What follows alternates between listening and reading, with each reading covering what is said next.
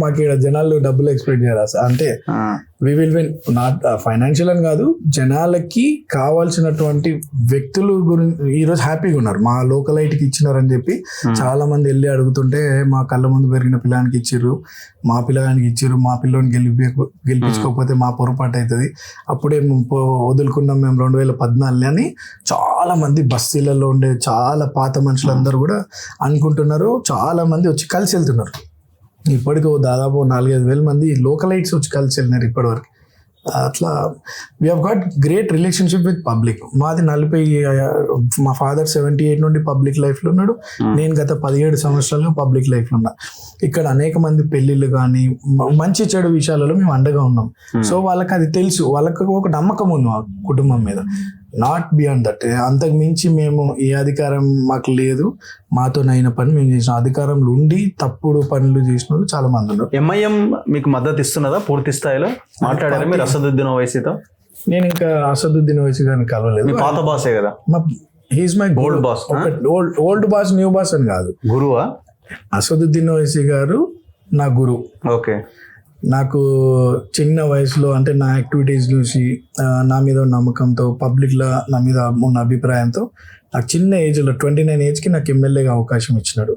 So I respect him as my Guru, political గురు.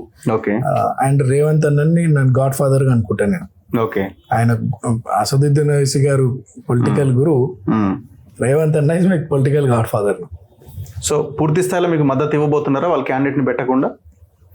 అది నా party పెద్దలు మాట్లాడతారు, నా బాధ్యతగా నేను వెళ్ళి గురువు గారిని అడుగుతా. అండ్ డెఫినెట్లీ నాకు ఆ హోప్ ఉంది. ఈ will definitely. Naveen Yadav MLA కావాలని అసదుద్దీన్ ఓవైసీ గారికి చాలా ఉండే. అసదుద్దీన్ ఓవైసీ గారిని ఒత్తిళ్లకు అంటే ఆయనని నాకు అవకాశం కల్పించకుండా చేసినటువంటిది బీఆర్ఎస్ పార్టీ 2018 and 2023. సో ఈ రోజు నాకు అవకాశం వస్తుందంటే తప్పకుండా ఓవైసీ గారి బ్లెస్సింగ్స్ ఉంటాయి మాకు. సో మీరు నవీన్ యాదవ్ అంటున్నారు, అసదుద్దీన్ ఓవైసీ నా గురువు అని. అంటే బీజేపీ దీన్నే కార్నర్ చేయొచ్చేమో, ఆల్రెడీ స్టార్ట్ చేశారు వాళ్ళు. ఎంఐఎం పార్టీ అసలు మొత్తం ఏమంటున్నాను అంటే చిన్న వయసులో నాకు అవకాశం ఇచ్చినందుకు ఆ కృతజ్ఞత భావంగా నా గురువుగానే నేను భావిస్తా. ఈ రోజు నాకు ఇంత పెద్ద నేషనల్ పార్టీ నుండి నాకు రేవంత్ అన్న, కాంగ్రెస్ పెద్దలు నాకు అవకాశం కల్పిస్తున్నందుకు నాకు రేవంత్ అన్న is my political God father now. నేను అదే అంటున్నాను. ఇప్పుడు ఎంఐఎం మీ పార్టీకి సపోర్ట్ చేస్తే చూసిరా, ఎంఐఎం కాంగ్రెస్ ఒకటే మేము ముందు నుంచి చెప్తున్నాము. బీజేపీ వీళ్ళంతా బీజేపీ ముస్లిం అనే యాంగిల్ కూడా వాళ్ళు తీసుకొచ్చే అవకాశం కూడా ఉన్నది కదా, దాన్ని ఎట్లా ఎదుర్కొంటారు? బీజేపీ బీఆర్ఎస్ ఒకటండి. ఇక్కడ ఎవరియో స్టేట్మెంట్స్ మీద జనాల అభిప్రాయం పోదని నేను అనుకుంటున్నాను. ఇక్కడ సెక్యులర్ వ్యక్తులకే స్వాగతిస్తారు 100%. నేను ఎంఐఎం నుండి పోటీ చేసినప్పుడు నాకు హిందూ, ముస్లిం అందరూ సపోర్ట్ చేస్తేనే నాకు అంత ఓట్ బ్యాంక్, దాదాపు 42,000 ఓట్ బ్యాంక్ వచ్చింది. ఈరోజు అది ఇంకా పెరిగింది మాకు. ఇక్కడ హిందువులు, ముస్లింలు, క్రిస్టియన్లు అందరు కలిసిమెలిసి ఉంటాం. అక్కడ వాళ్ళ స్టేట్మెంట్ మీద పెద్ద ఇంపాక్ట్ ఏమి ఉండదు. ఇక్కడ వాళ్ళన్నీ చేస్తారు. ఇంకా ఈడ బీజేపీకి 10,000 ఓట్ బ్యాంక్ దాటలేదు ఎప్పుడు కూడా. ఎందుకు మొన్న ఎంపీ ఎలక్షన్ 60,000 పడ్డాయట కదా?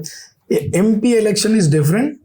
ఎమ్మెల్యే ఇప్పుడు ఎట్లుంటది అన్న, లోకల్ బాడీ ఎలక్షన్స్ ఓ రకంగా ఉంటాయి, జనరల్ ఎలక్షన్స్ ఓ రకంగా ఉంటాయి, నేషనల్ ఎలక్షన్స్, పార్లమెంట్ ఎలక్షన్స్ ఓ రకంగా ఉంటాయి. సో ఇక్కడ ప్రాంత ప్రజలు ఎట్లా అంటే, ఎంపీ ఎలక్షన్స్ వచ్చేసరికి ఓల్డ్ సిటీలో ఎంఐఎం ఉంటే న్యూ సిటీలో బీజేపీ ఉండాలనేది అది హ్యూమన్ సైకాలజీ అట్లా ఫిక్స్ అయిపోయింది ఎప్పటి నుండో. సో ప్రాపర్ లీడర్స్ ఉంటే బీజేపీకి there is more chance of getting votes in parliament.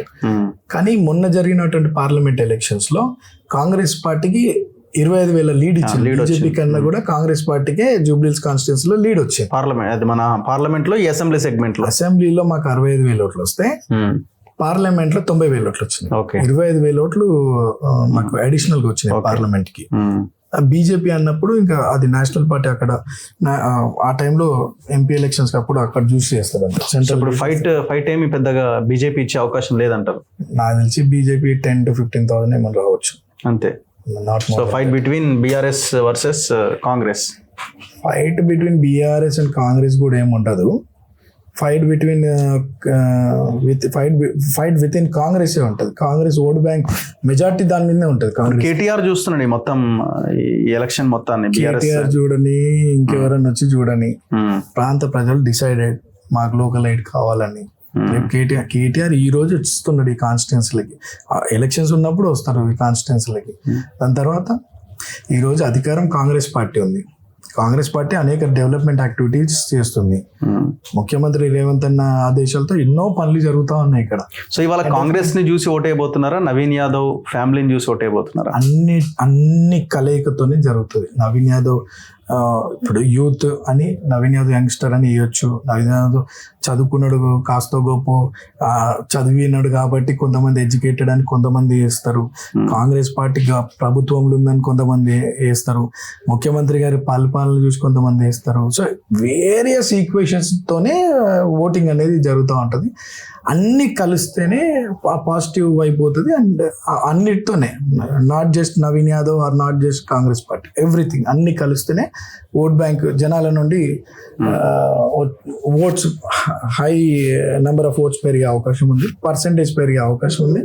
మాకు కూడా హైయెస్ట్ ఓట్స్ తో గెలిచే అవకాశం ఉంటుంది. సో ఇక్కడ మైనార్టీ ఓట్ బ్యాంక్ చాలా ఎక్కువ ఉంది, 1,20,000 అనుకుంటాను. ముస్లిం మైనార్టీ, క్రిస్టియన్ మైనార్టీ ఓటు కూడా బాగానే ఉన్నట్టుంది, 30,000 వరకు ఉన్నట్టుంది. సో ఆల్మోస్ట్ 1,50,000 ఇవే ఉన్నాయి.